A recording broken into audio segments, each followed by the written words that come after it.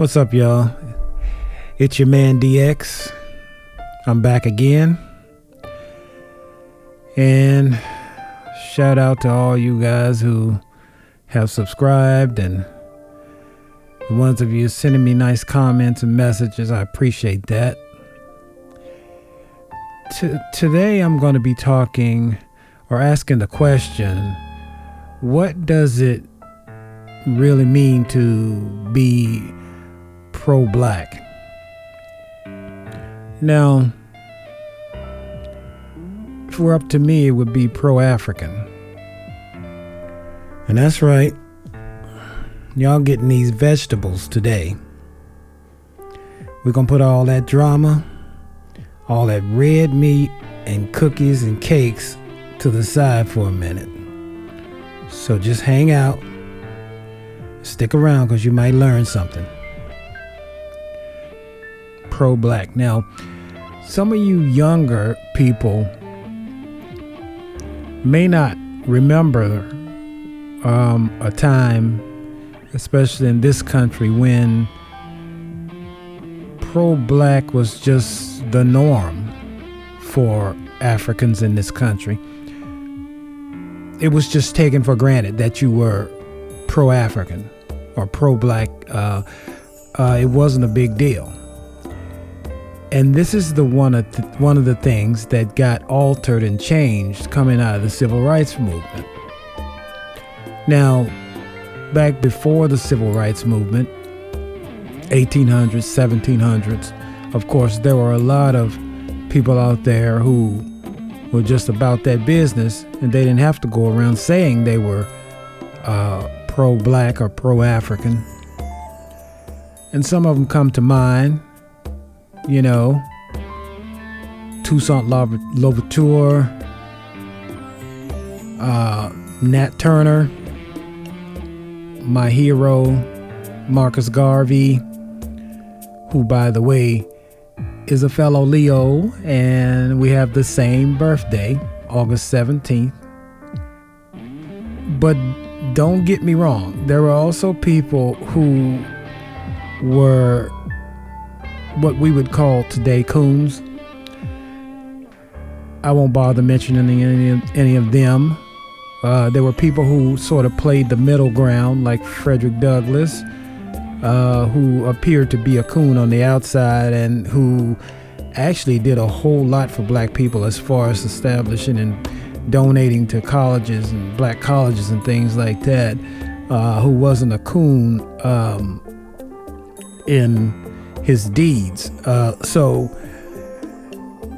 what happened during the civil rights movement and through integration is there began to rise a phenomenon going into the 70s, late 70s, 80s, and the early 90s. People would shame others more in the black community for being quote unquote pro-black. And today the derogatory term for it is hoteppers.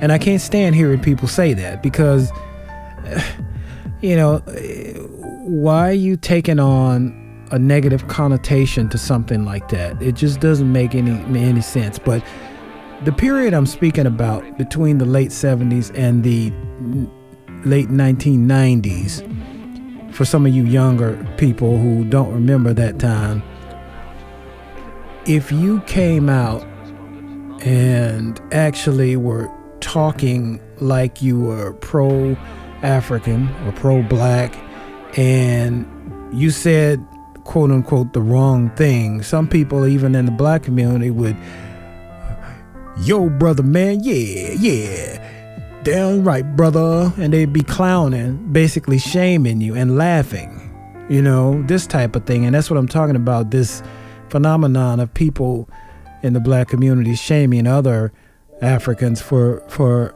having pride in themselves. And you would see it on TV shows and things like that sometimes. And that phenomenon came about, I believe, because of integration and because of black people feeling, most of them anyway, feeling like the work was done We have arrived. We have accomplished what Dr. King wanted us to do. So everything is fine now. So why is he talking like that? But as we can see, integration, first of all, we know now was not the move. It hurt black people immensely. It hurt the African cause in this country more than anything else in history. Because we integrated into a burning building, to use the words of the great Dr. Martin Luther King. And when we integrated with white people, we took on their mentality, a vast majority of us, and we took our eye off the ball. That's number one and two. But the third thing that happened is that we let them be in control. And this is the most important aspect of this. We let them be in control of our economic and social status. And so, as our brother Dr. Claude Anderson states, they've worked us into a permanent underclass status. And that's why we're experiencing the things we are today. As far as police not caring about your rights and all these things. And this is a very deep subject. And if you want to know more about this, I would suggest looking up people like Dr. Claude Anderson and Dr. Ray Hagan and what's the Dr. Walter Williams. He's my favorite, one of my favorites. And so what I'm saying is, during this period in the 1990s, just to get back on point on the subject, people would shame you sometimes for coming out and saying pro-black things, you know. Like, for example, when I was in college back in the 1990s, I was really into entertainment and music and movies and wanting to learn things about that. And I remember this cat who would play the bongos and play the congas, and he would come to school in African attire with the necklaces, the beads, with the walking stick, with the dashiki, and his name was Kamau Mensah. See, he had changed his name, and I don't even know what his given name was, but, and this is, you know, I didn't even understand what his whole deal was. It was just kind of weird to me. And I know now that it was because I was just a stupid kid. I didn't know anything about, you know, being an African in this country. He did.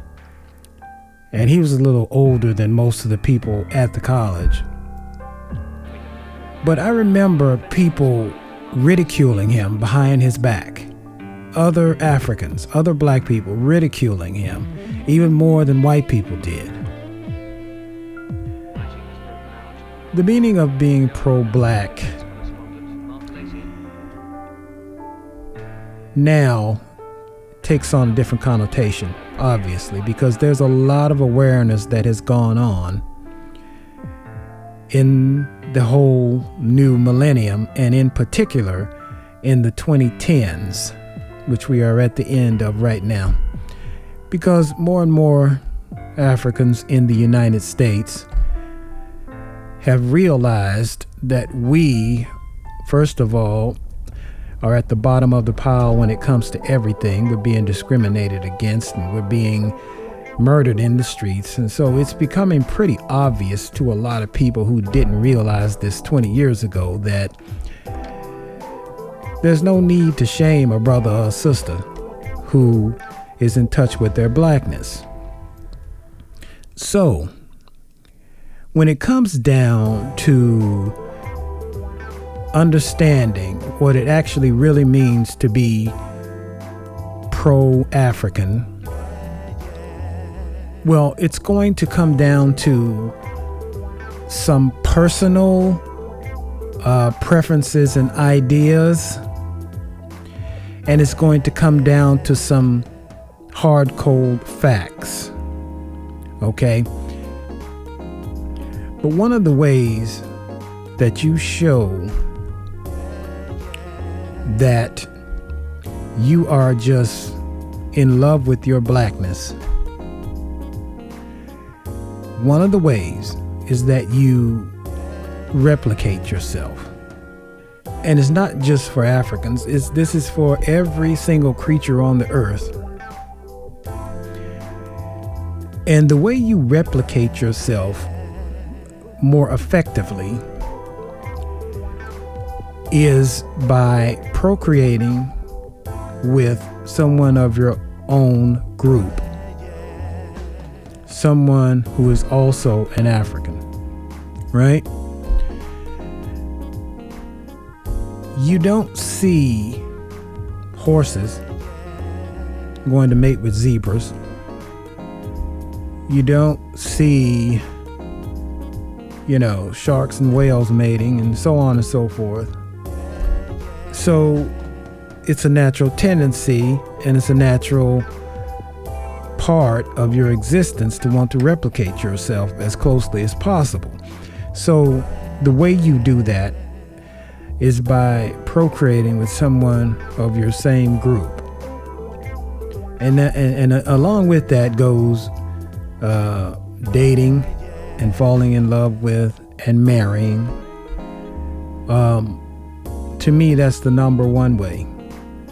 And then the other aspect of this that is so damaging to our communities economically, and I'll get to that a little later, which adds to our economic woes, is a lot of these Negroes, when they get paid and get that bag, they run over there to that other side of town and get Becky, and then they end up when they go to court after the stuff didn't work out, they get ran up in when they get up in court, and that's money leaving our community. You got Tiger Woods, $100 million he had to give up to Becky from that other side of town. And I hear Van Jones now, his wife filing for a divorce, and he gonna have to give up a massive amount of that bag. And these females, they take that money over there to that other side of town. They don't put that money in over here on this side of town. They put it right back over there in their families on that side of town. And that includes when, most men who marry women, the man dies first. So, I don't agree with Cynthia G on much, but this is one thing I definitely do agree with her on, is a lot of these Negroes, they get a lot of money and they just leave from this side of town and go over there to that side of town. Then when they get rejected or whatever, their money stays over there. That is a cold, hard fact. Now, the second way I think that you show a love for your blackness is in your words and deeds. First of all, most of the time, your words, especially if they're impromptu, they reflect your thoughts. And so do your deeds reflect your thoughts. So to me, if you are truly in love with your Africanness, you, first of all, wouldn't do or say anything to disrespect your ancestors and the people that came before you. And you would, while being critical of the people on our side of town, on this side of town, that do have issues such as gang banging, selling drugs, and while you're criticizing these people, you have to do it out of a sense of love. And that's very easy to do, but we don't always do that. You can be effective at combating and not endorsing the fuckery that goes on this side of town without calling people names and without spreading our business all over on the other side of town and trying to show out for people on the other side of town. Y'all get my point. I'm going to give you a couple of examples. Now, I could take the easy route and just name a couple of people that we know are coons. You know, like Jesse Lee Peterson, who calls Donald Trump the Great White Hope. That dude, man. Sometimes I think his stuff is just an act. But anyway, but that would be too easy. So I'm going to give a couple of other examples of words and deeds. Okay?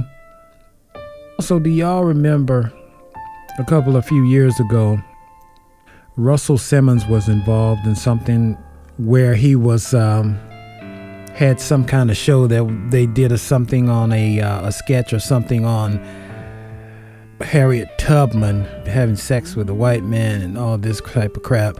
See, you should never be involved in any of that nonsense right there.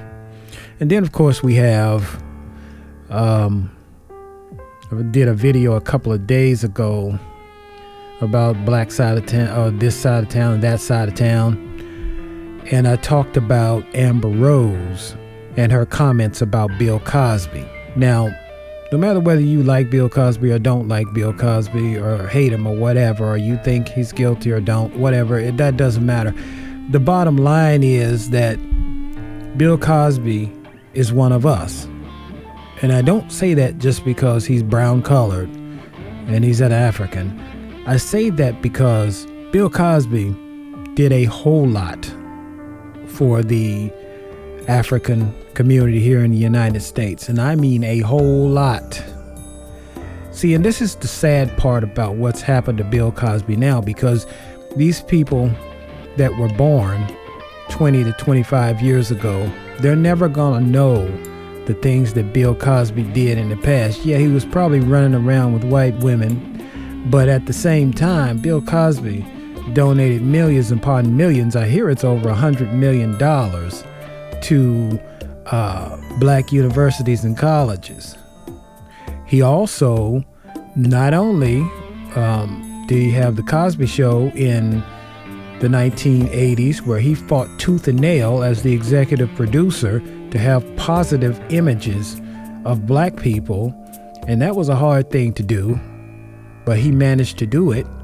He became America's dad as Dr. Huxtable, who had a wife who was very dignified and had her own career. I believe she was a lawyer. Claire Huxtable. Felicia Rashad played Claire Huxtable. And that was hard to do in that day and time, to get some positive images of black people on TV instead of all that ratchet stuff. And I credit him for that. Also, though, back before that in the 1970s, Bill Cosby was responsible for a lot of PSAs, movie shorts that promoted health, independence, and all that in the black community. Now, you can go and Google it and find it through the archives. There was a ton of them that were hosted by him, just telling black people, you know, how great they are and highlighting the good things about our black community. So he's one of us. So no matter what you feel about him, he did have a long, long history of being down with us on this side of town. So when Amber Rose came out with her comments about Bill Cosby, saying that she hopes he spends 10 years in jail and then he just drops dead, you don't do that. Okay, this is somebody who calls herself black, and I believe it's Italian, Irish, and Portuguese or whatever, basically Creole or something. And that's how you can tell through words and deeds what somebody's pro-black status is. If you love blackness, you wouldn't even be talking about Bill Cosby like that. You know? You wouldn't do that if you had a true, genuine love for being African. So words and deeds. Now, the third way, I think, is one of the most important ways that you show that you're in love with your African self, and also in love with other Africans in this society, and that is economically. How you spend your money. Now, I know I'm about to get at a lot of people in our community with this. It's very important though. This is one of these conversations that we really do need to have. One thing about our African selves is that we accept anything over here on this side of town. We accept anything when it comes to spending our money. Black dollars need to stay in our communities way longer than they do. This is something else my brother Dr. Claude Anderson talks about. We have a problem. We make a lot of money and spend a lot of money as Africans in this country. We contribute to this economy to the tune of about 1.2 or 1.3 trillion dollars a year. Let me state that again. $1.2 trillion with a T. That's a lot of money, y'all. And we turn around and we give it straight to other people from that other side of town like it's nothing. To me, it's only second to procreation and reproduction of yourself. That's number one, but how you spend your money is number two. Dr. Claude Anderson has done a lot of work on this subject. Shout out to that brother. Love that brother. And he often states that, white people, their money changes hands in their communities about 5-6 times before it leaves the community. And I think he said Hispanic people's money changes hands about 7 times. In other words, it bounces about 7 times before it leaves the community. Asian people, it's even higher than that. I believe he said it was 10 or 11 times before it leaves the community.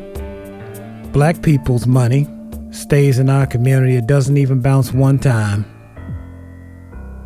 Stays in our community an average of 7 or 8 hours.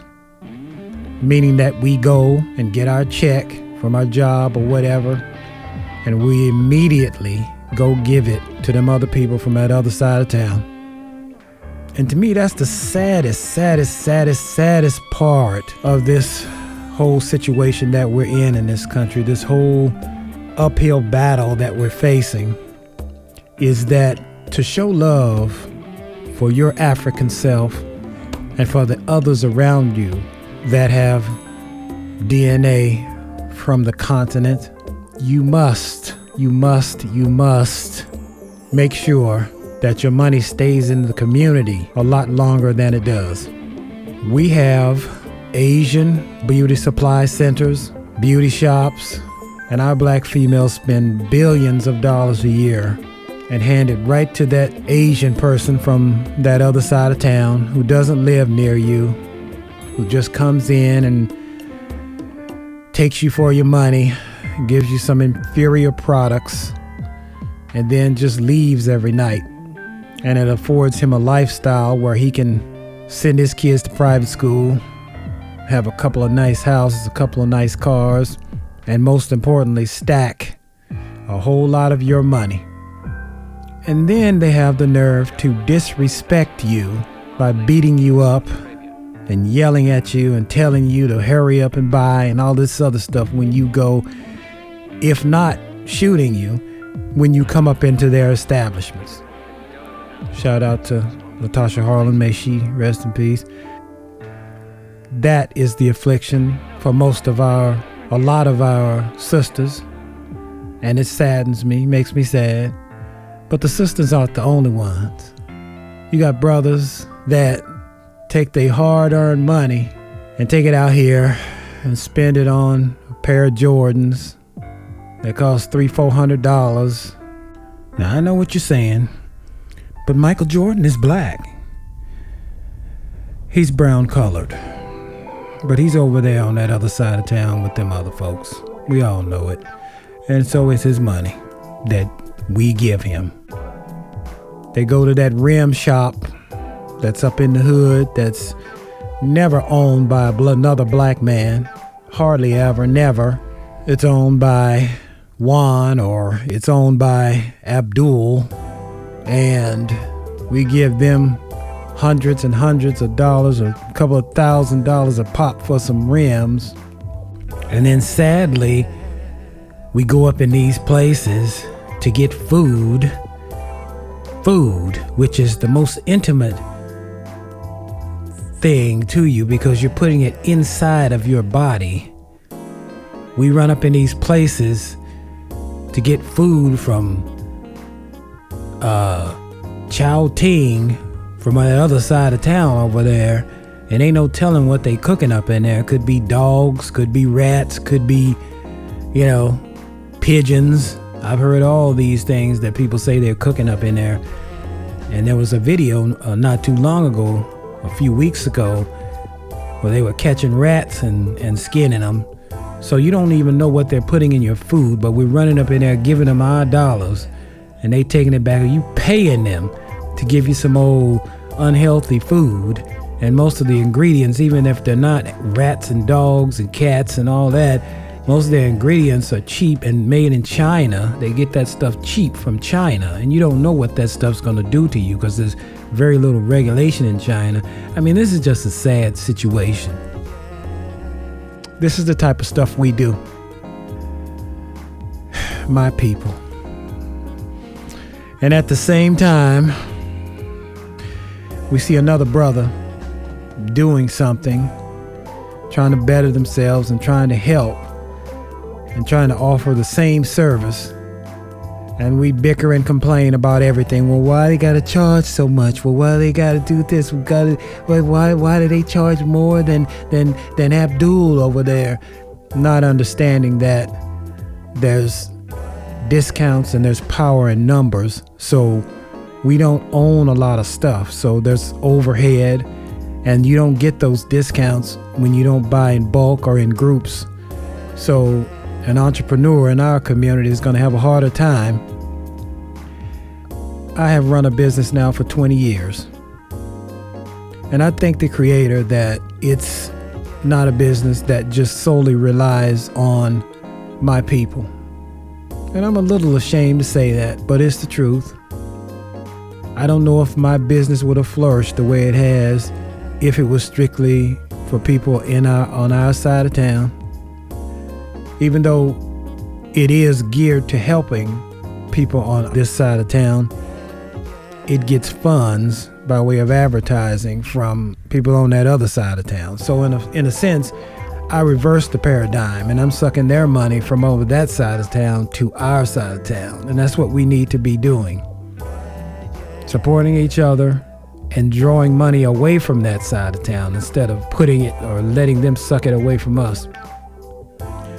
So I think I'm going to leave it at 3 just in this session. And I'm going to call this part 1. Those are the 3 most important ways I feel of showing that you are truly in love with your African self and with fellow Africans around you. I absolutely love my people. I am truly in love with my African self. And we're going to get through this. So now, if you like what you hear on my channel, of course, keep coming back, listening to my videos, and also go ahead and share the videos around, put the links on Instagram or wherever as much as you can, and like, and of course, subscribe to the channel. I appreciate it. And until next time, this is your man DX, and I'm out.